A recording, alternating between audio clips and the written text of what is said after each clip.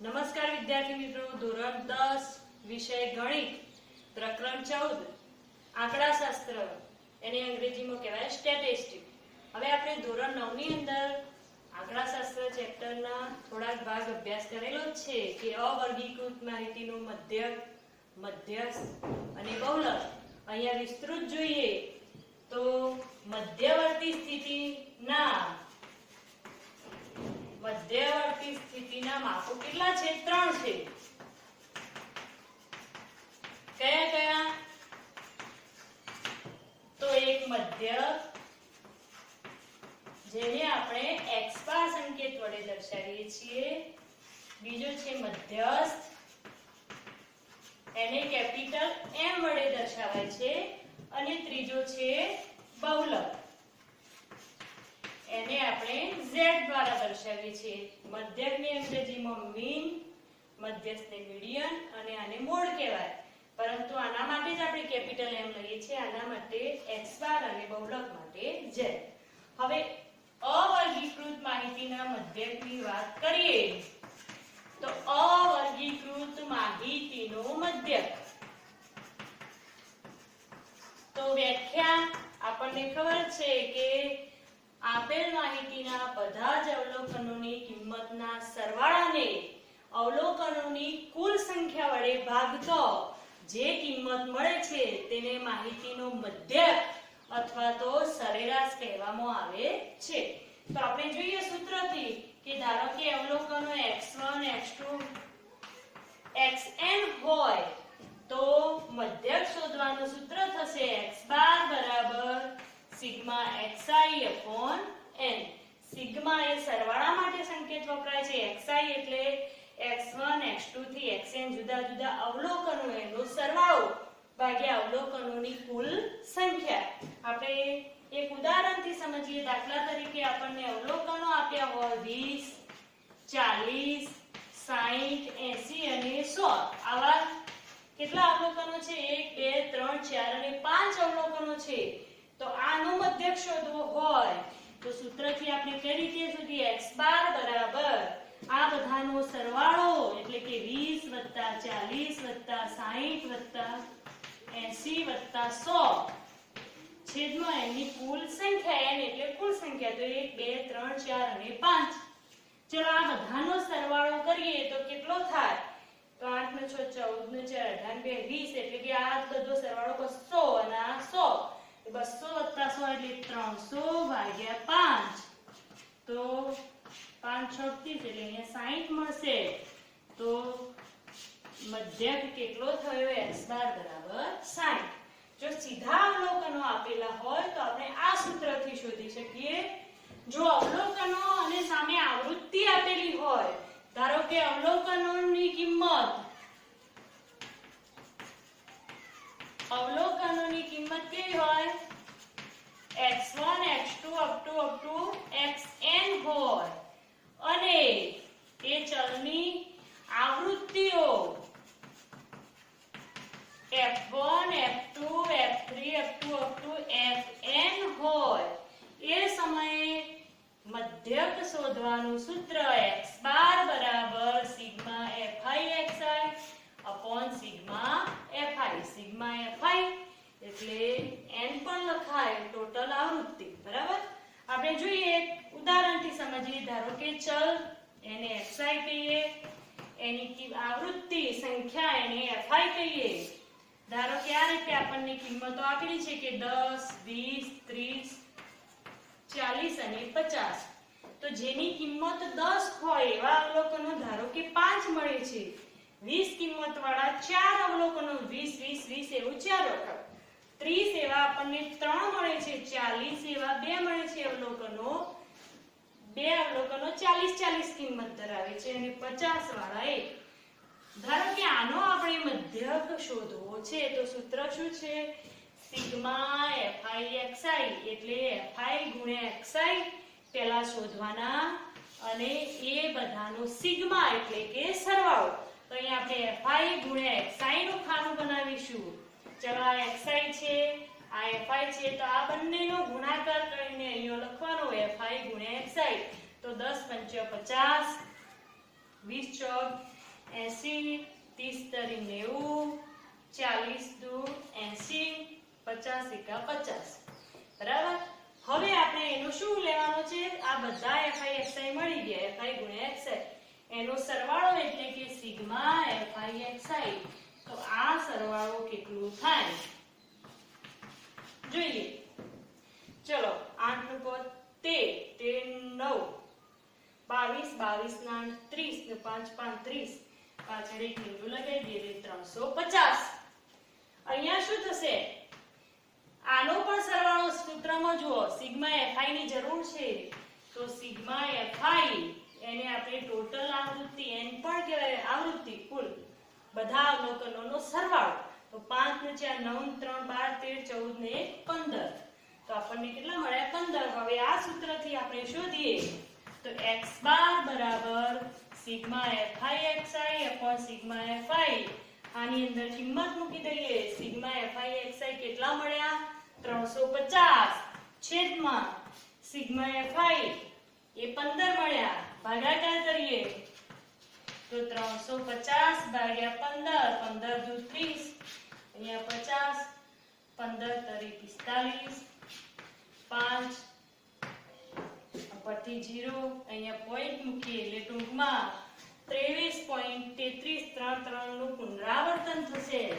એટલે આપણને આ રીતે જ્યારે આવૃત્તિ અને પ્રાપ્તાંકો આપેલા હોય ત્યારે સિગ્મા fi xi શોધી અને આ રીતે આપણે મધ્ય શોધી શકીએ. ક્યારે? તો અવર્ગીકૃત માહિતી હોય ત્યારે. હવે જોઈએ વર્ગીકૃત માહિતી. તો વર્ગીકૃત માહિતીનો મધ્યક શોધવો હોય તો વર્ગીકૃત માહિતી એટલે કે એની અંદર વર્ગો આપેલા હોય. 0 થી 10 સુધીની સંખ્યાઓ, 10 થી 20, 20 થી 30 આ રીતના વર્ગો આપેલા હોય. તો એની વાત કરીએ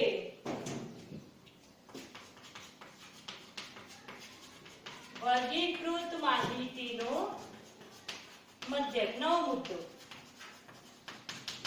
તો એની અંદર બે પ્રકારના વર્ગો હોય, સતત વર્ગો. તો સતત વર્ગો કોને કહીશું? તો જે વર્ગોની કિંમત આ રીતની હોય, 0 થી 10, 10 થી 20, 20 થી 30, 30 થી 40, બરાબર? આ રીતે હોય તો આને સતત વર્ગો કહેવાય. અહીંયા 0 થી 10, આ 10 નું પાછું અહીંયા પુનરાવર્તન થાય, 10 થી 20, આ 20 થી 30 સળંગ એની કિંમત જળવાય છે એટલે સતત વર્ગો. પરંતુ એક ખાસ ધ્યાન રાખીશું કે 0 થી 10 ના વર્ગમાં કેટલા સુધીની કિંમત લેવી? તો અહીંયા પાછળનામાં 10 થી 20 છે તો અહીંયા આપણે 0 1 2 3 4 થી 9 સુધી જ લઈ શકીએ. 10 આમાં લઈ શકાય નહીં, 10 પાછળના વર્ગમાં ગણવા પડશે. અહીંયા 10 થી 19 સુધીની કિંમતો આમાં ગણવાની, 20 આની અંદર લેવાની. એટલે ટૂંકમાં અહીંયા ઉર્ધ્વ સીમાનો જે તે વર્ગમાં સમાવેશ થતો નથી. હવે અસતત વર્ગોની વાત કરીએ. અસતત વર્ગો તો એ સમજીએ આપણે. અસતત વર્ગો કોને કહેવાય? તો આ રીતના જે વર્ગો હોય 1 થી 10, 11 થી 20, 21 થી 30, 31 થી 40 આ રીતના જે વર્ગો હોય એને અસતત વર્ગો કહેવાય. અહીંયા એકબીજાની હદ જે હોય એકબીજાને અડતી નથી. અહીંયા 10 છે તો 11 એટલે અસતત વર્ગો છે. બરાબર. હવે આપણે જોઈએ કે જ્યારે આલેખ દોરવાના હશે ત્યારે આવા અસતત વર્ગો આપ્યા હોય તો એને અધસીમા બિંદુ અને ઉર્ધ્વસીમા બિંદુમાં ફેરવી અને આપણે એને સતત વર્ગોમાં રૂપાંતર કરવું પડશે. પણ એ પછીની વાત છે. હવે જોઈએ કે ધારો કે આપણે આ વર્ગો આ રીતે લખી દઈએ. વર્ગોની કિંમત આ રીતે આપી હોય 1 થી 10, 11 થી 20, 21 થી 30, 31 થી 40. ચલો આપણે 11 થી 20 ના વર્ગની વાત કરીએ તો આનું અધસીમા બિંદુ કયું કહેવાય? તો એના માટે પહેલા અધસીમાની જરૂર પડે. તો અધસીમા તો આપેલા વર્ગની જે નીચલી હદ હોય એની ઓછી કિંમત કઈ છે 11 તો એને શું કહીશું આપણે? અધસીમા. તો આ વર્ગની અધસીમા કેટલી થઈ? 11. ઉર્ધ્વ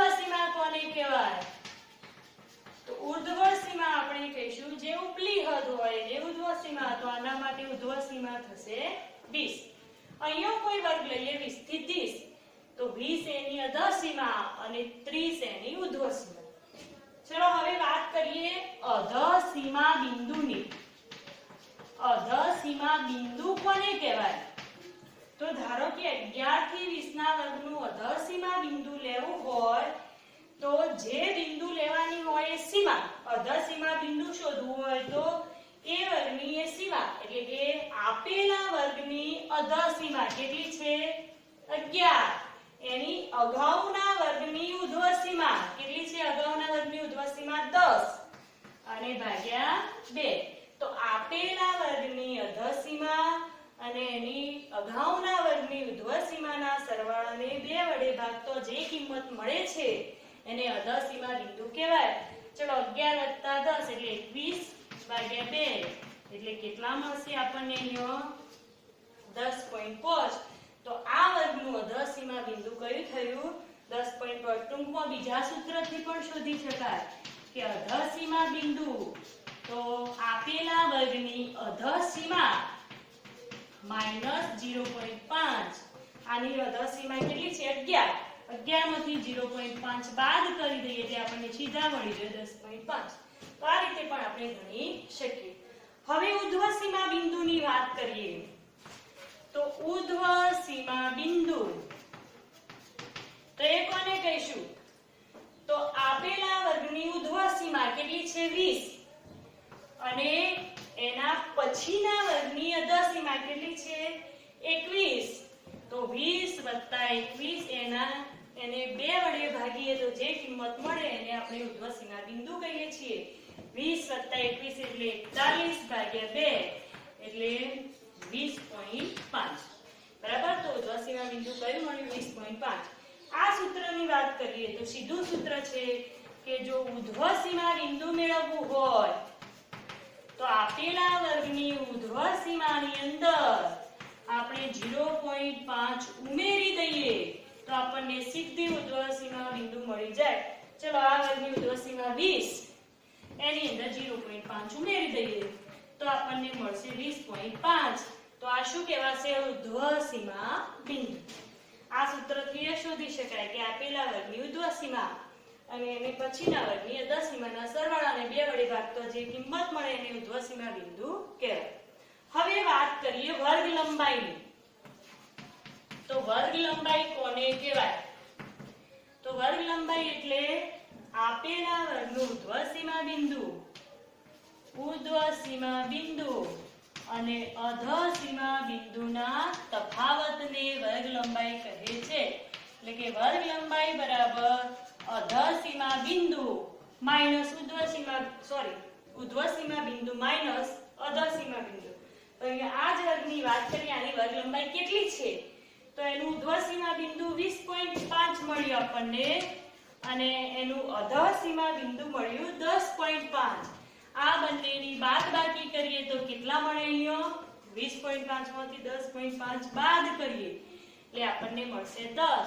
તો આ વર્ગની વર્ગ લંબાઈ કેટલી થઈ? 10. આને ખબર પડે છે 11 થી 20, 11, 12, 13, 14, 15, 16, 17, 18, 19 અને 20 એટલે 10 છે.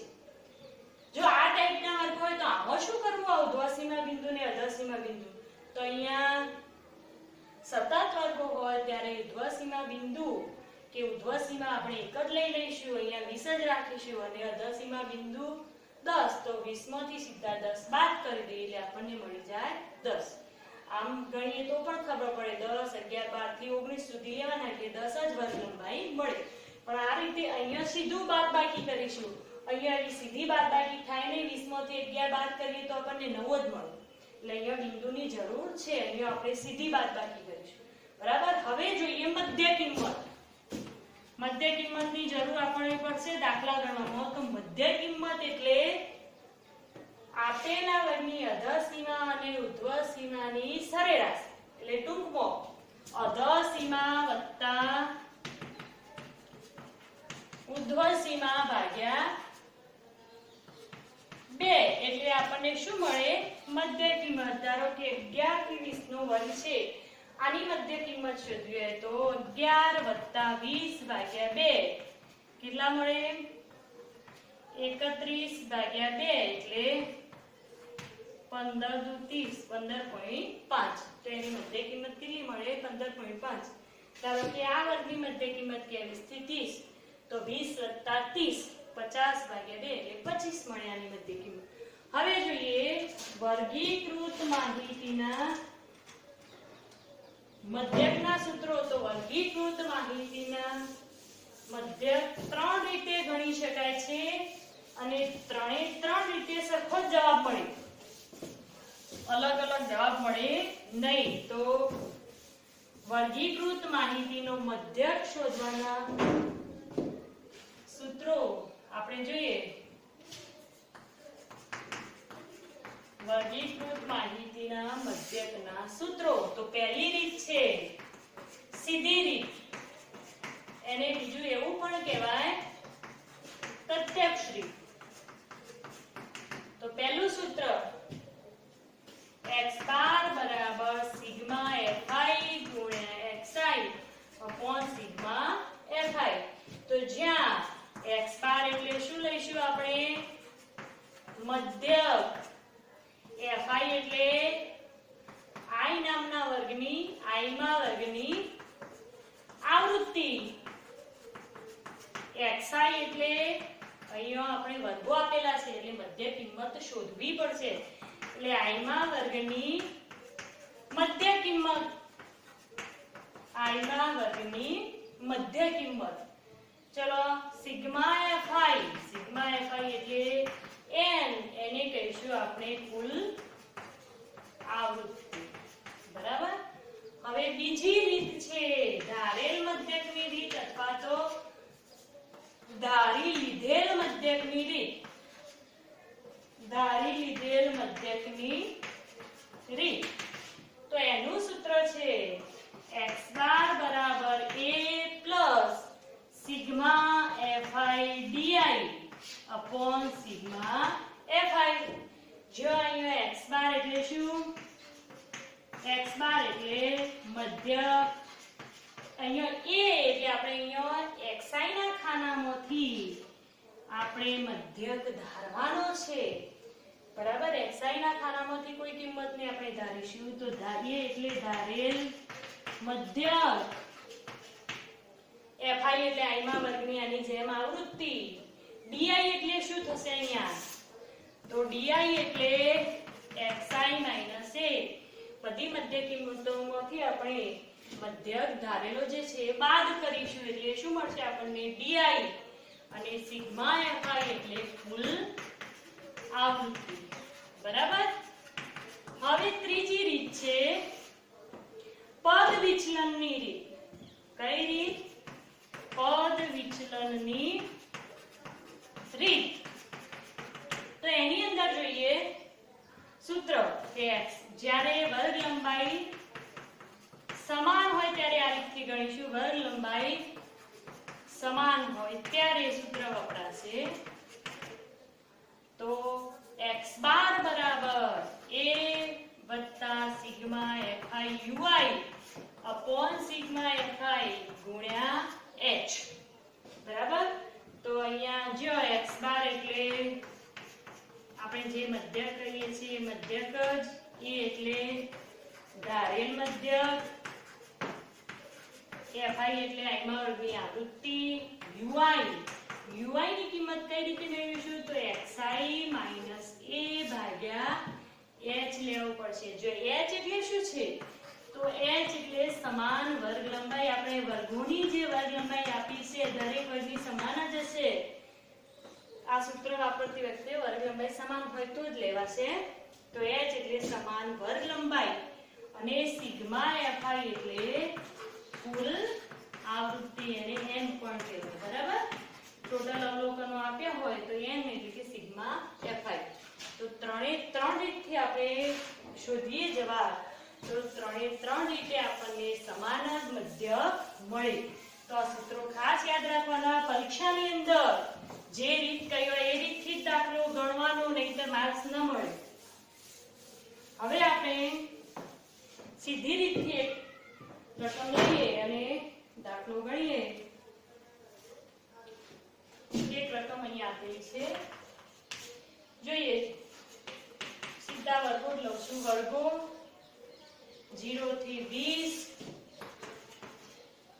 20 થી 40, 40 થી 60, 60 થી 80 અને 80 થી 100.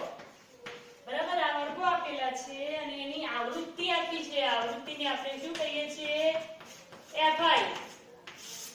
આવૃત્તિ સામે આપી છે 15, 18, 21, 29 અને 17. બરાબર, તો આપણે સીધી રીતનું સૂત્ર શું છે? સિગ્મા x બાર બરાબર sigma fi xi upon sigma fi. તો અહીંયા xi નું ખાનું આપણે બનાવવું પડશે. xi એટલે મધ્ય કિંમત, યાદ રાખીશું. મધ્ય કિંમત એટલે xi. બરાબર, હવે જોઈએ દરેક વર્ગની મધ્ય કિંમત શોધીએ. મધ્ય કિંમત એટલે અર્ધસીમા વત્તા ઉર્ધ્વસીમા ભાગ્યા 2. 0 વત્તા 20 ભાગ્યા 2. 0 વત્તા 20 એટલે 20, 20 ભાગ્યા 2 એટલે અહીંયા મળશે 10. 20 વત્તા 40 એટલે 60, 60 ભાગ્યા 2 એટલે 30. 60 વત્તા 40 100, 100 ભાગ્યા 2 એટલે 50. 80 વત્તા 60 140 ભાગ્યા 2 એટલે 70. 100 વત્તા 80 180, 180 ભાગ્યા 2 એટલે 90, 9 18 એટલે 90. બરાબર, ટૂંકમાં યાદ રાખીશું કે વર્ગ લંબાઈ સમાન હોય. અહીંયા કેટલી વર્ગ લંબાઈ છે? 20 ની. તો એક મધ્ય કિંમત શોધીએ અને દરેકમાં 20 20 ઉમેરે જઈએ એટલે પાછળનો મળો 10 માં 20 એટલે 30, 30 માં 20 50, 20 ઉમેર્યો 70, 20 ઉમેર્યો 90. હવે આપણે સૂત્રની અંદર સિગ્મા fi ની જરૂર પડશે. તો અને બીજી fi ગુણ્યા xi ની. ચલો આ સરવાળાની જરૂર પડશે. સરવાળો કરીએ. 8 ને 5 13 ને 14 ને 9, 14 9 23 ને 7 30 ની 0, વધી 3 3 ને 4 5 6 7 8 9 ને 10. એટલે સિગ્મા fi એટલે કે n આપણને મળ્યો 100. હવે આપણે fi ગુણ્યા xi નું ખાનું બનાવવું પડશે. તો જોઈએ fi ગુણ્યા xi આ બંનેનો ગુણાકાર કરી લખવાનો છે. 15 ગુણ્યા 10 150, 18 તરી 54, 540, 21 પંચે 105, 1050. 29 ગુણ્યા 7 ઘડિયો ના આવડે તો ગુણાકાર કરી દેવાનો.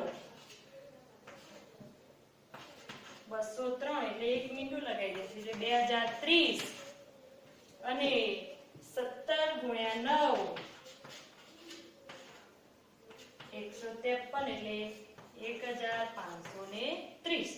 ચલો આ બધાનો આપણે સરવાળો કરીએ તો કેટલા મળે? સિગ્મા fi ગુણ્યા xi. જોઈએ સિગ્મા fi ગુણ્યા xi કેટલા મળશે? 0 5 ને 4 5 5 10 ને 4 14 15 17 18 19 20 ને 0 2 5 ને 2 7 ને 5 12 ને 13 નો તગડો વધી 1 1 ને 2 2 4 ને 5 કેટલા મળ્યા? 5300 મળ્યા. હવે જોઈએ અહીંયા કુલ લખાવ તો લખી દઈશું. આ રીતે આપણે કોઠો બનાવી દેવાનો. હવે ગણીએ કે x બાર બરાબર સૂત્ર છે sigma fi xi upon sigma fi. ચલો સિગ્મા fi ગુણ્યા xi કેટલા મળ્યા? 5300 ભાગ્યા સિગ્મા fi. સિગ્મા fi કેટલા છે? 100. તો 5300 ભાગ્યા 100. 0 કેન્સલ કરીએ તો અહીંયા આપણને x બાર કેટલો મળશે? 53. તો સીધી રીતે આ રીતે આપણે મધ્યક શોધી શકીએ.